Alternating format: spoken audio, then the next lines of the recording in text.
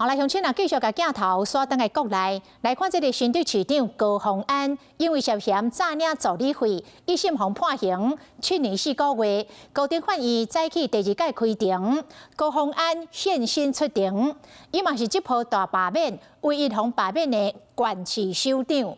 最近伫新竹市的街路顶，会当看到反恶霸的广告看板，是毋是支持者惊这个罢免会通过，才来踩这个扛棒？高虹安并无回应。担心罢免吗，市长？有支持者为了拥护穿粉红仔色、乌色套装来到高院，去听一个新竹市长高虹安担任立委期间涉嫌诈领助理费，一审去判7年4个月，褫夺公权4年，二审继续审理。会担心罢免2届联署通过吗？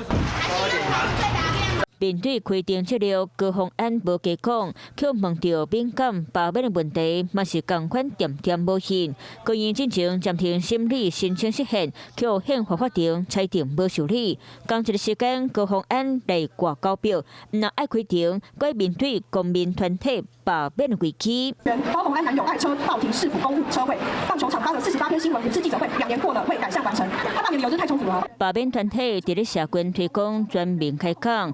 高虹安是这一遍全台湾大罢免内底唯一一位去罢免的县市首长，而且人数已经进入到第2阶段，预计5月初收尾。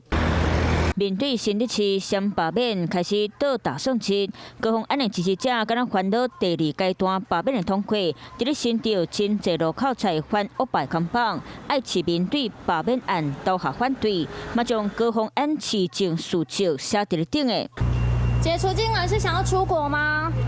高虹安涉嫌食钱，高院继续审理。今仔日律师开庭时向法官讲，伊无食钱，含罪嫌重大负争论，认为高虹安无限制出境出海的必要，希望会当解除监管。下一步动作，高虹安如何布局，选后一任市长敢有帮，嘛是看市民如何判断。